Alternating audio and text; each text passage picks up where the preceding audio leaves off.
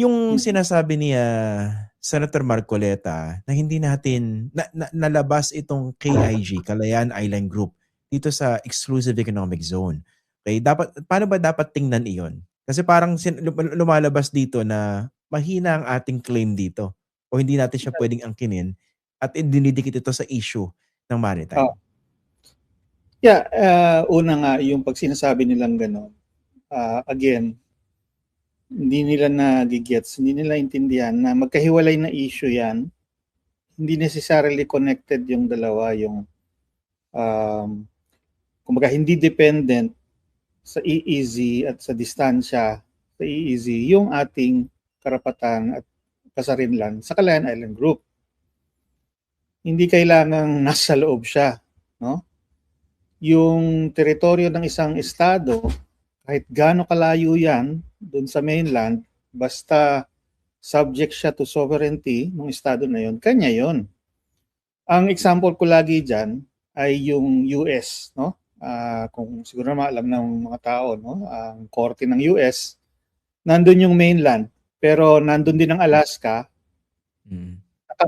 nakapagitna, no? Nasa pagitan ng Alaska at ng mainland ng US yung bansa ng Canada.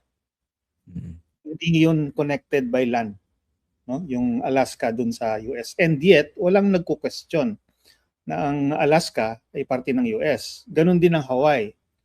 Ang Hawaii, I think more than 1,000 miles away na yon from the mainland of the United States, no? From the west coast.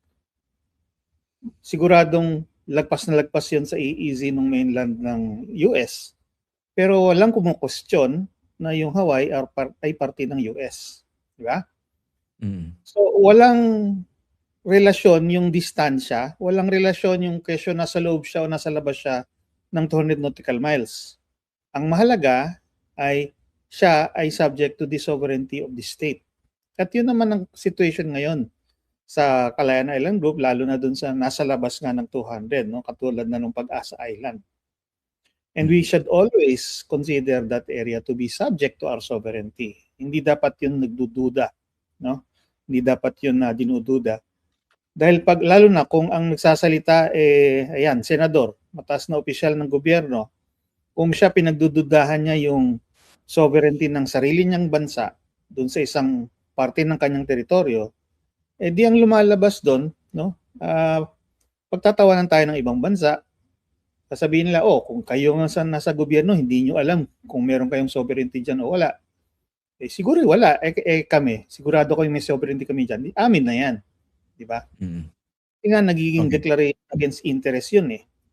Kaya yung mga ganyang careless statement, yun yung mga talagang nakapagpapahina, no, sa ating mga karapatan. Lalo na dyan sa mga teritoryong inaagaw ng iba. Pinapalakas niya tuloy yung posisyon ng kabila. Incidentally, kahit dapat nga ito hindi pinagdidebatihan, lumalabas na kailangan pagdebatihan pa rin o kailangan ipaliwanag dito sa publiko po. No? Kasi nakikita ko rin reaction sa social media, marami rin yata mukhang naniniwala dito sa ipinupunto ni Senator Marcoleta. So para po, in the interest of factual information, pakipaliwanag nga po yung kasaysayan. Paano ba napasa atin itong Kalayaan Island Group and paano tayo nakapag-exercise ng sovereignty rito? Itong Kalayaan Island Group, mahaba yung kwento rin yan, no? Kung pwede mong i-trace yan kahit bago pa nung Second World War, no? Yung area na yan, dahil maraming isla, unang pinag-aagawan yan ng French at Japan, no? Ng France at Japan. Dahil inanex siya ng France, no? Umangal yung Japan dahil meron silang mga operation doon, kinukolekta nila yung mga yung fertilizer, yung mga tain ng ibon doon sa isang isla. Tapos dahil nagkaroon sila ng dispute, doon sumausaw naman ng China. Hindi, amin yan. No? Ito yung kinukwento ni Bill Hayton doon sa kanyang libro, no? Na actually, yung China, hindi naman yan before that time, hindi naman niya kiniklaim yan, hindi naman niya sinasabi sa kanya yan dahil ang sinasabi niya lagi, ang southernmost island niya, boundary niya ay yung Hainan. No? Then later, biglang nung nagkaroon ng dispute dun sa Paracel Islands, malapit sa Hainan, sabing biglang, hindi, ang southernmost island namin ay yung Paracels. And then, nung nagkaroon na naman ng dispute dito, itong para sa Spratly naman, umusad na naman. Hindi, ang southernmost boundary namin ay yung nasa Spratlys. No? And in fact, kwento ka ni Bill Hayton na yung Chinese na ambassador ba yun, consul dito sa Pilipinas, nagtanong pa kung nasan yung mga isla na yon, no? Dito sa Pilipinas, no? Dahil hindi niya alam, no? Kaya yun, pinag-aagawa nila yon.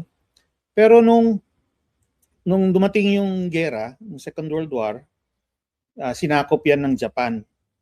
Di natalo ang Japan sa Second World War, ni-renounce niya ang sovereignty niya dyan. Pero hindi niya binigay kahit kanino yung mga isla na yon, kahit pa mayroong nag-claim before. So para sa Pilipinas, yung official government position is yun yung naging res nullius. Okay? Open to acquisition, occupation and acquisition by anyone including the Philippines, no? And it so happened na a few years after the war, merong nagtangka ng mga private citizens na umangkin doon na magtayo ng sarili nilang bansa, no? Hindi yun sinuportahan ng kahit kanino man, no? At habang ang Pilipinas naman, during the San Francisco peace negotiations to formally end the war, no? Ending in the San Francisco Peace Treaty in 1951, doon niya unang sinasabi nga na dapat sa Pilipinas yan eh, no? Kasi daw yung mga Hapon nung kinuha nila yan, ginamit nila yan para mag-launch ng attacks sa Pilipinas. So yun yung mga earliest parang expressions of interest, no? Officially ng government. Ngayon, nung 1950s, dahil si Tomas Cloma, na kilala na ng marami, no, na sabi niya, siya daw nakadiscovery dyan, nagtayo siya ng sarili niyang bansa, kumbaga, yung Freedom Land na tinatawag niya noon. Pero hindi siya pinansin at pinatalsik pa siya ng mga Taiwanese mula dun sa Ituaba, yung pinakamalaking isla dun sa area, no? At dahil doon, nagtayo ng garrison ngayon itong Taiwan. Pero hanggang doon lang sila. Hindi nila tinayuan yung iba pang isla doon sa area. So, ang Pilipinas naman, hindi siya concerned at the time dahil yung Taiwan, yung Republic of China, yun yung Kuomintang forces, hindi naman sila yung Communist Party na forces, yung Communist Party Revolutionary Forces nandun sa mainland eh. So, at the time, sabi nila, okay lang yan dahil hindi naman sila komunista. No? So, ganun, wala munang movement for a while until mga 1968-69, ayun na, nagkaroon na ng interest ng Pilipinas at nagkaroon ng insidente na yung Taiwanese garrison dun sa Ituaba, pinuputukan yung isang Philippine vessel. Ang nakasakay dun sa Philippine vessel si Ramon Mitra, no?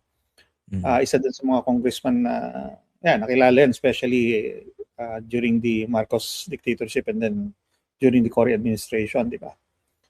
So dahil dun sa insidente na yon, nakita nung government na okay, security issue talaga to, nag-decide sila na tayuan na nga, i-occupy na yung mga natitira pang mga unoccupied islands.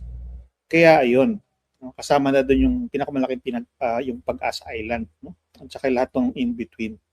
So really, para nga mas secure yung area.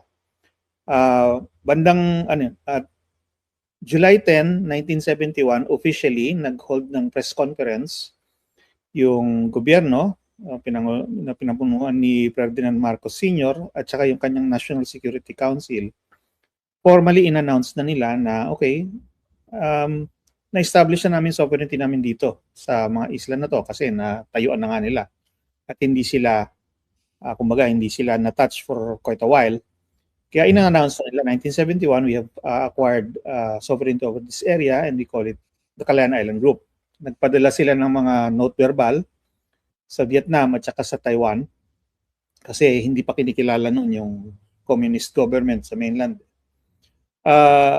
At doon, yun na yung umpisa bale nung formal exercises natin ng sovereignty over the area. A few years later, in 1978, ayan, inisyu na yung PD 1596, which is already an exercise of existing sovereignty, no? Kasi earlier pa na-establish yung sovereignty.